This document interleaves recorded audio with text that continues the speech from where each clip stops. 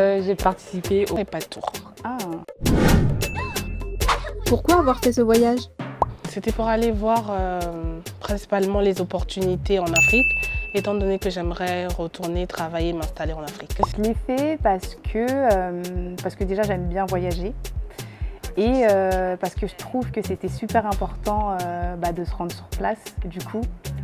Quel moment t'a le plus marqué? Quand on est allé voir une entreprise qui s'appelle Happy Afrique, qui produit des serviettes hygiéniques en tissu. Ce qui m'a marqué en fait, c'est plus de voir en fait des femmes africaines, enfin sénégalaises en fait, qui travaillaient, qui se débrouillaient, qui étaient, on va dire, en quelque sorte indépendantes.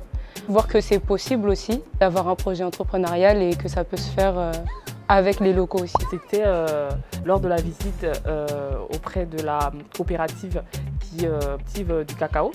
On a été très bien accueillis en fait.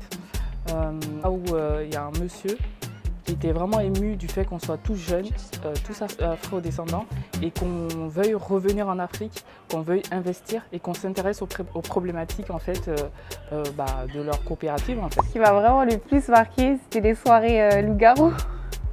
Qu'as-tu appris de ce voyage? Ce que j'ai appris de ce voyage, c'est que déjà, pour faire du business en Afrique, il faut être bien entouré, avoir un réseau de qualité pour réussir tout simplement. Ça m'a permis de confirmer que je voulais vraiment retourner en Afrique, m'installer et travailler. Il y a énormément de choses à faire, qu'on a la possibilité en fait de changer les choses, mais surtout en se regroupant. Ensemble, on va plus loin et on va vraiment avoir un impact en Afrique avec la sauce.